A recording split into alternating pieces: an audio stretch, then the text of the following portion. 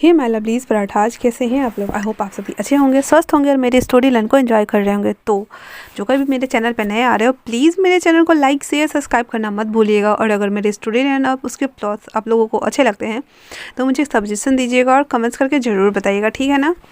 Last part में हम लोगों ने देखा था कि जो वांगजी के कंपनी के जो शेयर होल्डर्स थे वो अपने भाई के साथ आया हुआ था, क्योंकि उसका भाई फ्रांस में बिजनेस करता था और वो यहाँ चाइना आया हुआ था, क्योंकि उसने कितनी बार वांग यीबो का सेमिनार पेरिस में जो वो अटेंड करने जाता था उसमें उसने देखा हुआ था। तो वो अपनी बेटी का रिश्ता लेकर के आया था। हालांकि इसमें भी एक ट्विस्ट है जो आगे मैं क्लियर करती हूँ।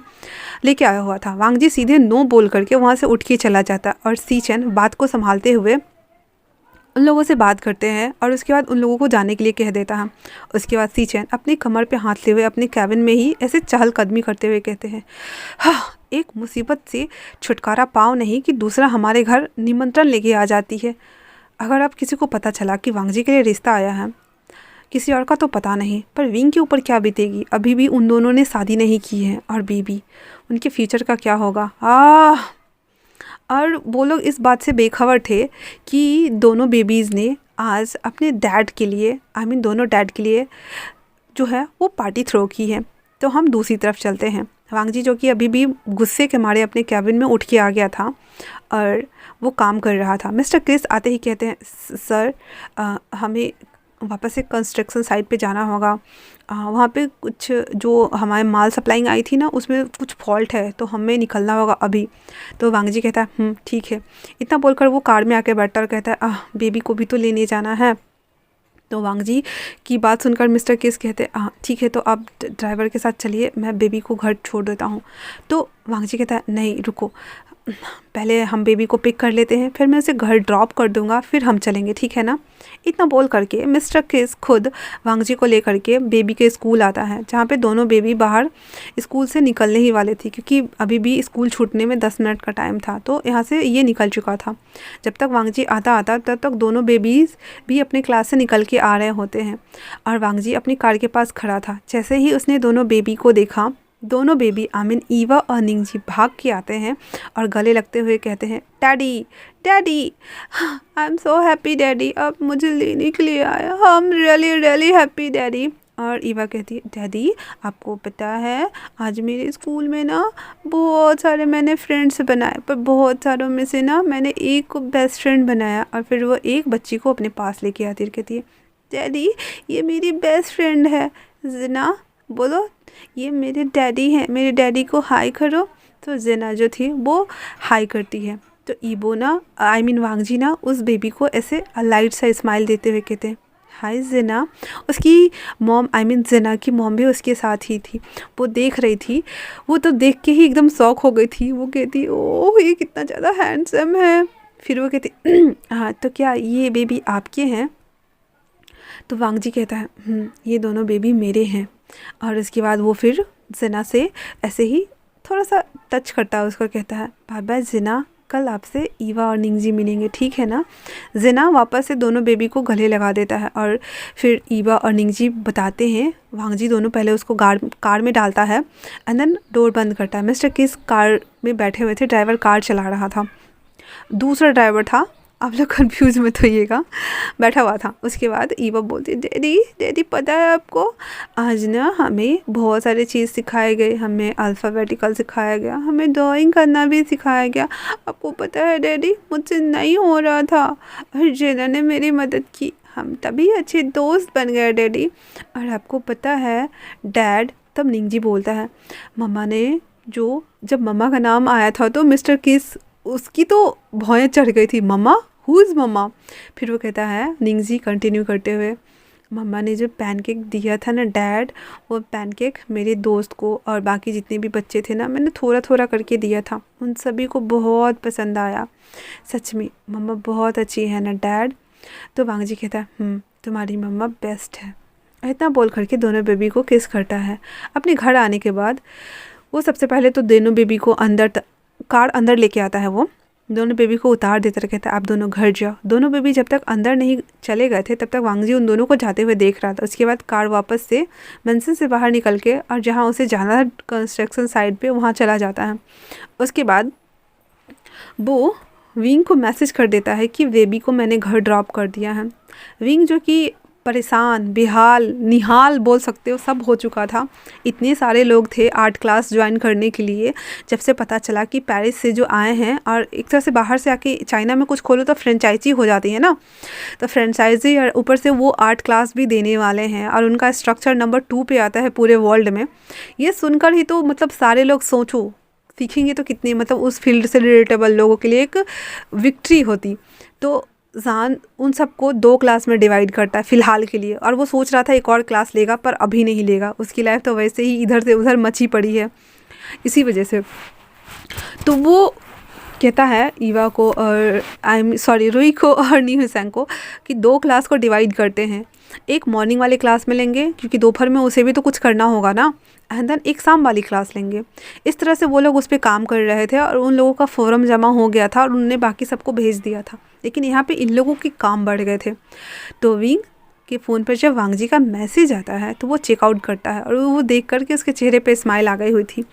पर न जाने क्यों उसका जो वो मार्क था ना, वो अचानक से ना जलन दे रहा था, और वो तब दे रहा था जब वांग जी के जो चेहरे पे गुस्से वाला एक्सप्रेशन आया था और वो सीधे नो बोल के अपने कैबिन में गया था। हालांकि वो उस समय काम कर रहा था तो उसने ध्यान नहीं दिया, पर उसे इचिंग हो रही थी तो वो थोड़ा सा स्क्रैच करता है एंड देन वापस से सभी फॉर्म्स को ना कलेक्ट करना शुरू कर देता है।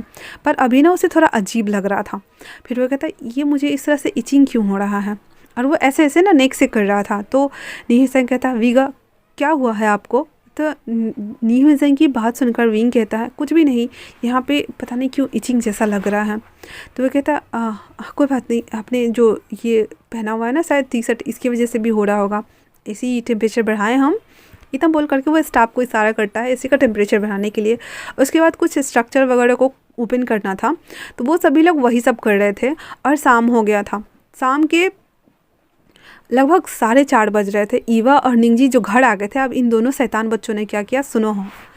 वो दोनों जब घर आए तो घर आने के टाइम पे उस घर में ओनली फॉर कोई भी नहीं था वेंचिंग के अलावा। वो ऐसे ही आ गई थी और वो जो सीजन से मिलने के लिए आई थी क्योंकि उन्हें घर भी जाना था। बट जैसे ही वो घर आए तो दोनों बच्चे घर आ चुके थे। तो उन दोनों को उसने ड्रेस चेंज करवाया, फिर सर्वेंट से बोल करके उन दोनों बेबी को फूड खिलाया। उसके बाद उन दोनों बेबी को कमरे में ले जाके छोड़ दिया। अब वो दोनों बच्चे बैठे हुए थे तो वो फ़ोन जो था नीचे वेंचिंग भी आकर के चली गई थी जब उसे सीचन नहीं मिला, क्योंकि सीचन और वांगजी तो अलग ही टेंशन में पड़े हुए थे। हालांकि सीचन को पता था कि उसे आज वेंचिंग के घर जाना है। तो जब वेंचिंग कॉल करती है तो सीचन सीधे इतना बोलते हैं मैं शाम को आऊँगा पिक करने के लिए, और इतना बोल करके सीचन कॉल कर देते। तो वेंचिंग को पता है कि जब इमरजेंसी होती है तभी ऐसा रिप्लाई आता है, तो वो माइंड नहीं करती और वो वापस से अपने शॉप के लिए निकल जाती है। उसके बाद वो देख रहे थे कि आंटी कब जाएंगी। उसके जाने के बाद दोनों बेबी नीचे आते हैं और जो हेड बटलर था उन्हें कहती आप अपना फ़ोन दीजिए। फ़ोन लेने के बाद वो मिस्टर क्रिस को, क्योंकि निंगजी जो था वो स्मार्ट बच्चा था हमारा, तो उसे अपने डैड का नंबर, मिस्टर क्रिस का नंबर, यहाँ तक कि अपनी मम्मा का नंबर, रुई आंटी का नंबर, मतलब कुछ कुछ लोगों का नंबर उसे याद था। तो वो मिस्टर क्रिस को कॉल लगा देता है। जब मिस्टर क्रिस देखता है कि ये होम घर से फ़ोन आ रहा है तो वो वांगजी को एक्सक्यूज करता हुआ, क्योंकि वो कंस्ट्रक्शन साइट पे था अभी, एक्सक्यूज करता हुआ एक साइड आता है और कहता है ईबा। पहले उसे लगा ईबा ने कॉल किया, तो निंगजी मुंह बनाते हुए कहता अंकल आपको हमेशा क्यों लगता है कि ईबा ही कॉल करेगी। तो मिस्टर किस को अब समझ नहीं आ रहा था, कहता बाबे आई एम सो सॉरी, मुझे लगा ईवा ने कॉल किया। बताइए आप लिटिल प्रिंस आपने कैसे कॉल किया मिस्टर किस को। तो निंगजी स्माइली फेस के साथ में कहता है अंकल मुझे आपसे एक काम है। फिर वो जल्दी जल्दी सब कुछ बता देता है और कहता है आप दोनों डैडी को सीचन को और वांगजी दोनों डैडी को आप बोल दीजिएगा और दोनों के लिए अरेंज कीजिएगा, ठीक है ना। और उसके बाद इनविटेशन उनके डेस्क पे डाल दीजिएगा बोल करके और निंगजी कॉल कट कर देता। उसके बाद ईबा के साथ दे ताली ऐसे हाई फाई करता है। उसके बाद कहता है अब आएगा मज़ा। फिर वो विंग को कॉल करता है, कहता है ममा आपको जल्दी घर आना होगा। अब ईबा की ऐसी रोनी बात सुनकर विंग पैनिक करने लगा था। वो कहता क्या हुआ है ईबा को, और वो फ़ोन कट कर देता है। विंग जो कि बहुत ज़्यादा परेशान हो गया था तो वो जल्दी जल्दी से सारा काम निपटा करके और कहता है हमें जल्दी जाना होगा, चलो। और न्यू हिसांग, ईबा, रुई और विंग तीनों वहाँ से निकल जाते हैं और वो स्टाफ लोग को बोल देते हैं कि शॉप को बंद कर देने के लिए। इतना बोल करके वो निकल जाते हैं। घर आता है तो देखता है कि ईवा और जो निंगजी थी वो बड़े आराम से लिविंग रूम में बैठ करके टीवी देख रहे हैं एंड देन चिप्स खा रहे हैं। तो वो घर आके जब देखता है तो पहले तो देख लेता है, फिर कहता है ईवा, निंगजी। तो निंगजी एकदम साइलेंट खड़ा था। ईवा भाग के जाती है और गोद में चढ़ते हुए कहता है मम्मा, फाइनली आप आ गई। तो विंग कहता है तो ये आप लोग की शरारत थी। ईवा कहती आपसे कुछ काम है। आज मेरा मन कर रहा है कि मैं रेस्टोरेंट जाऊँ खाना खाने के लिए, तो आपको जाना होगा, जल्दी से जाइए, रेडी हो जाइए। तो विंग कहता क्या रेस्टोरेंट, बट क्यों? फिर वो कहती प्लीज़ ना, आप जाइए तो सही। इतना बोल करके और वो जो गोद में चढ़ा हुआ था ना, तो रुई को ऐसे विंक करती है। अब रुई को समझ नहीं आ रहा था, फिर वो दोबारा करती है तो रुई समझ जाती है पक्का इस बेबी ने कुछ प्लान बनाया है। तो फिर कहते हाँ विंग विंग विंग, तुम I mean sister in law तुम। तो विंग उसको मुंह बनाते हुए कहता है रुई।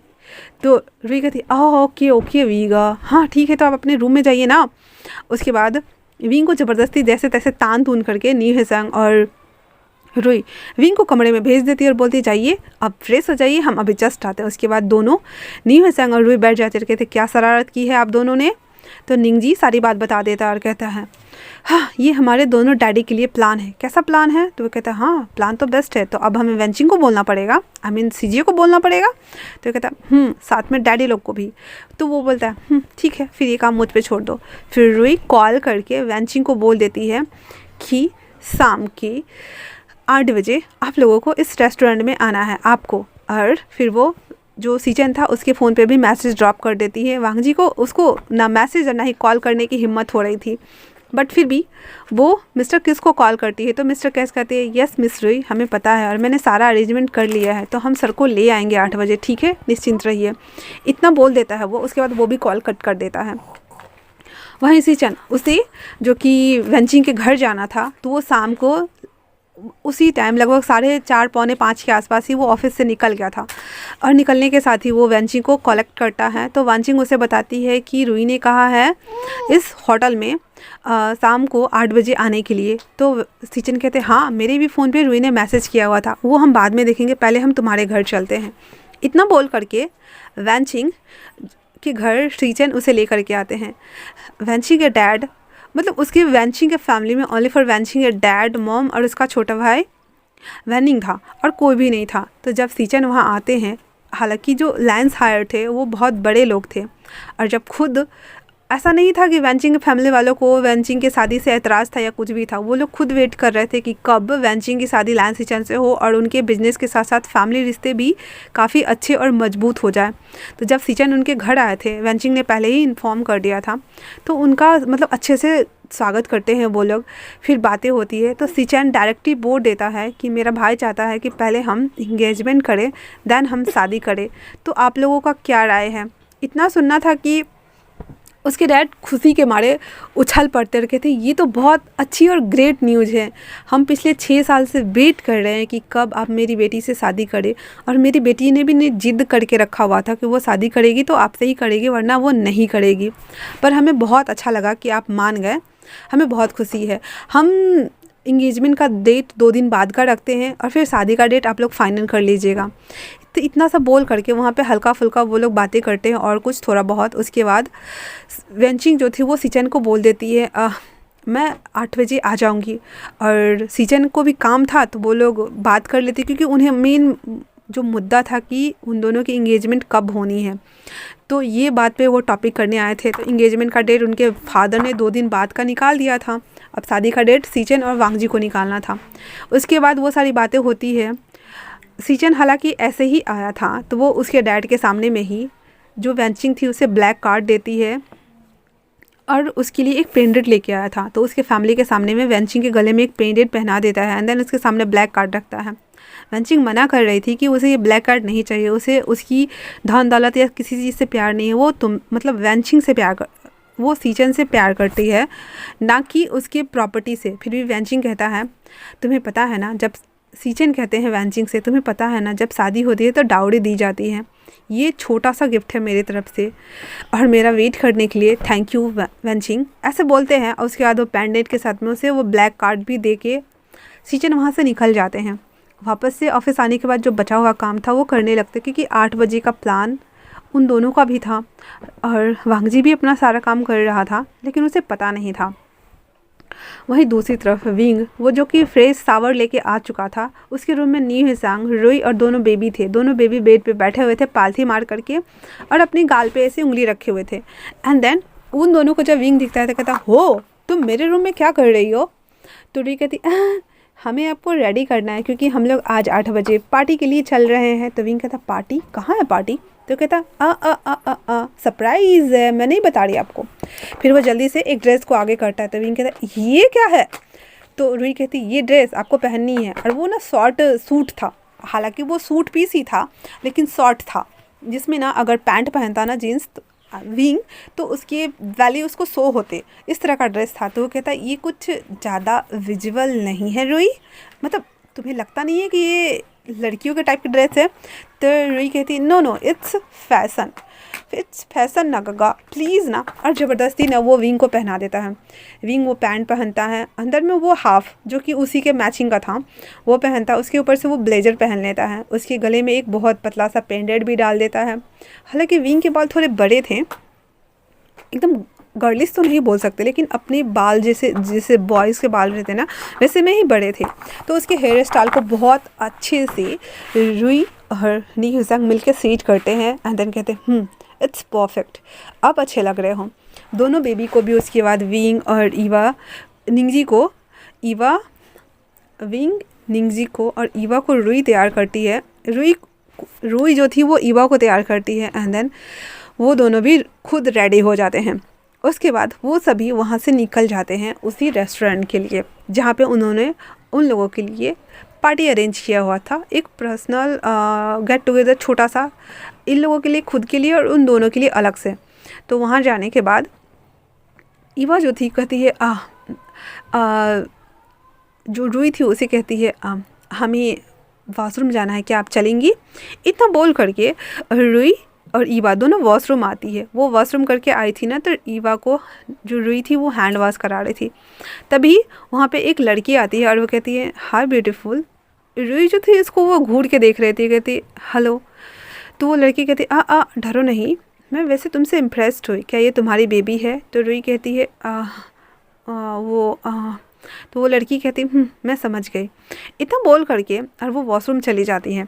उसके बाद जो रुई थी वो ईवा को लेकर जैसे ही आ रही थी तो वो देखती है कि वांगजी भी आ रहा है मिस्टर किस के साथ में, और मिस्टर किस ने बहाना बनाया था कि उन्हें किसी क्लाइंट से मिलना है, वो भी इस रेस्टोरेंट में, इसी वजह से आपको अर्जेंसी में चलना पड़ेगा। तो वांगजी ने कहा भी था, हमारे शेड्यूल में ऐसा कोई अपॉइंटमेंट फिक्स नहीं था, जैसा कि आपने मॉर्निंग में बताया था, फिर हम ऐसे अचानक क्यों जा रहे हैं?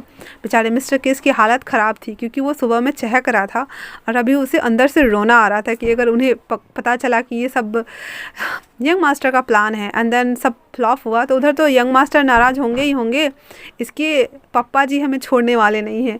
ये सोचकर मिस्टर केस थोड़ा डरा हुआ था, लेकिन जैसे तैसे करके वो वांगजी को मना के ले आया हुआ था। तो ईवा भाग के जाती है, कहती है, डैडी डैडी डैडी आप यहाँ। तो वांगजी उसे देखता है और कहता है, तुम यहाँ ईवा? फिर वो रुई को देखता है, फिर कहता है, ये यहाँ पे ये सब क्या हो रहा है? वहीं उधर से सीचन भी आ रहे थे और वो टकराते हैं।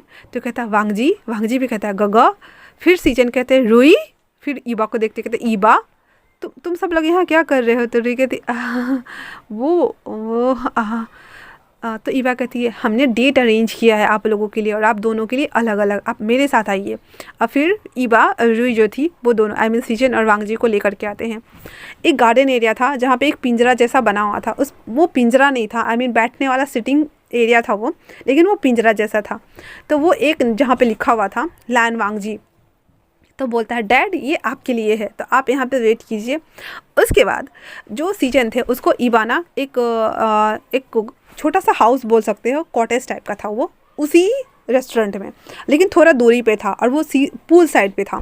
तो वहाँ पे ले जाते हुए कहती है, और बट डैडी ये आपके लिए है और आप यहाँ पे वेट कीजिए अपनी डेट का। तो वो कहता है, डेट? तो कहता है, यस आपकी डेट, वो जल्दी आती होंगी। इतना बोल करके ईवा और रुई वहाँ से निकल जाते हैं। सीचन कहता है, क्या सच में? और वो वहाँ पे रुके हुए थे। उसके बाद अब निंगजी का काम था। तो निंगजी तो सबसे पहले विंग को कहता है डैडी मुझे भी वॉशरूम जाना है। इतना बोल करके अब उसे पता था कि कहाँ जाना है, क्योंकि रुई जो थी उसे अपना फ़ोन दे के गए थे और उसमें डायरेक्शन वो जो था वो बता रही थी उसको। तो वो पहले वॉशरूम लेके आता है, वॉशरूम कराने के बाद उसे मिस्टर किस मिल गए थे। तो निंगजी जाता है भाग करके मिस्टर किस के पास और कहता है अंकल आप यहाँ, तो डैड कहाँ हैं। तो विंग कहता है डैड भी आए हैं। तो जो निंगजी था कहता है हाँ डैड। फिर कहता है विंग निंगजी मुझे बताओगे यहाँ क्या चल रहा है। तो निंगजी कहता है हाँ ममा आपको नहीं लगता कि आप कुछ ज़्यादा पूछ रहे हैं। मिस्टर किस पूरा मुंह फाड़े देखता है, कहता है ममा, विंग को ममा बना दिया इसने। फिर कहता है यंग मास्टर आप। तो निंगजी कहता है अंकल आप प्लीज़ मेरी मम्मा को बताइए कि उन्हें कहाँ जाना है। फिर कहता है सर प्लीज़ दिस वे। इतना बोल करके वो विंग को वहीं लेके आता है जहाँ वांग जी और उसके लिए डेट फिक्स किया गया था। तो निंगजी कहता है मम्मा आपको वहाँ जाना है, आप जाइए। तो वो उसकी तरफ मुड़ते हुए कहता है ये सब क्या है। तो निंगजी कहता है मैंने आपके लिए डेट अरेंज किया है तो प्लीज़ आप वहाँ जाइए। इतना बोल करके मिस्टर किस निंगजी को लेकर के आ जाते हैं। वहीं दूसरी तरफ रुई आ चुकी थी तो वो सीचन वैंचिंग को देखती है। वैंचिंग भी रेड कलर का ड्रेस उसने पहना हुआ था और बहुत खूबसूरत लग रही थी। थोड़े बैकलेस तो थे पर बहुत प्रिटी लग रही थी। तो रुई आते हुए कहते चलिए सीजिए आपके लिए भी मैंने डेट अरेंज किया है। तो वो बोलती डेट मेरे लिए, पर तुम्हें पता है ना मेरी शादी तुम्हारी गगा से होने वाली है। तो रुई कहती कोई नहीं एक बार डेट से मिल तो लीजिए। फिर उसको तान तूनते हुए वहीं कॉटेज के पास लाके छोड़ देती। कहती यार वो रहा आपका डेट। सीचन जो कि पूल साइड की तरफ देख रहे थे और वेंचिंग की तरफ उसका बैग था। तो वो कहती डेट मेरे लिए। सीचन को पता चला ना तो वो कहेगी तुम मुझे बिट्रेड कर रही हो। हाँ फिर वो डरते कांपते हुए वहाँ जाती है। वहीं दूसरी तरफ विंग उसको तो पता चल गया था कि उसके डैड यहाँ हैं, इसीलिए वो भी वहाँ जा रहा था। तो आज के लिए इतना ही। कैसा लगा आप लोगों को ये प्यारा सा पार्ट मुझे कमेंट्स करके ज़रूर बताइएगा। तब तक के लिए थैंक्स फॉर वॉचिंग।